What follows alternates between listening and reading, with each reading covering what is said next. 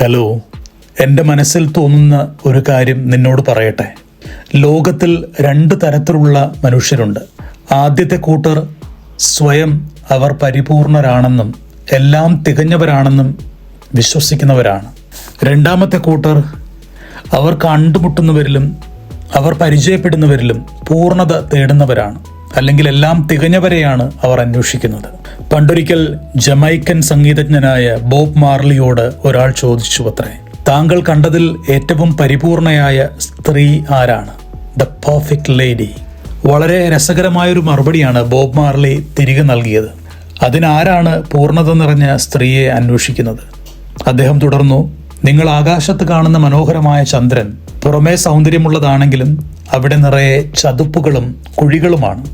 നിങ്ങൾ മനോഹരമായി കാണുന്ന കടലുണ്ടല്ലോ, അത് ഉപ്പ് നിറഞ്ഞതും അതിൻ്റെ ആഴങ്ങളിൽ ഇരുട്ടുമാണ്. സൗന്ദര്യമുണ്ടെന്ന് നിങ്ങൾ കരുതുന്ന അനന്തമായ ആകാശം, അത് മേഘങ്ങളാൽ മൂടപ്പെട്ടിരിക്കുന്നു.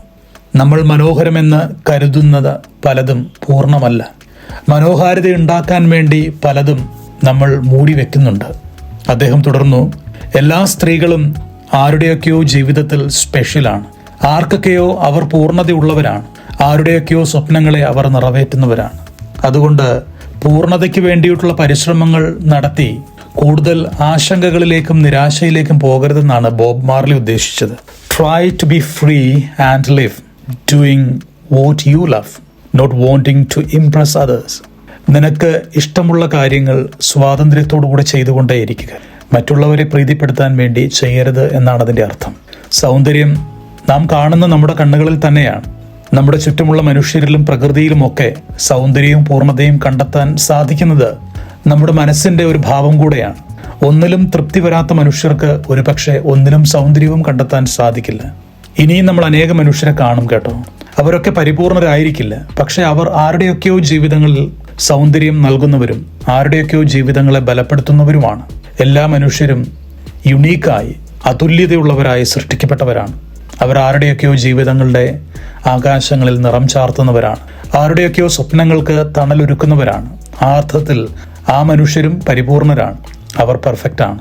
പിന്നെ ഇവിടെയും നസ്രായന്റെ മൊഴികളുണ്ട് കേട്ടോ. നിങ്ങളുടെ സ്വർഗസ്ഥനായ പിതാവ് പരിപൂർണനായിരിക്കുന്നത് പോലെ നിങ്ങളും പരിപൂർണരായിരിക്കുമെന്നാണ് നസ്രായൻ പറയുന്നത്. എന്താണ് പിതാവിന്റെ പരിപൂർണത എന്നറിയാമോ? പൂർണ്ണത ഒട്ടുമില്ലാത്ത മനുഷ്യരെ ഉൾക്കൊള്ളാനുള്ള മനസ്സിന്റെ വലുപ്പമാണത്. എല്ലാം തികഞ്ഞവരായിട്ടൊന്നും ആരും തന്നെ ഈ ഭൂമിയിലില്ല കേട്ടോ. കുറവുകളുള്ള മനുഷ്യരെയും സ്നേഹിക്കാനുള്ള ദൈവത്തിന്റെ മനസ്സിന്റെ പേരാണ് പൂർണ്ണത എന്നുള്ളത്. അതുകൊണ്ട് ആ അർത്ഥത്തിൽ എല്ലാവരെയും ഉൾക്കൊള്ളാൻ നിനക്ക് സാധിച്ചാൽ നീയും പരിപൂർണനാണ്. കൂടെയുണ്ട് കേട്ടോ, കൂട്ടിനും പിന്നെ എൻ്റെ പ്രാർത്ഥനയും.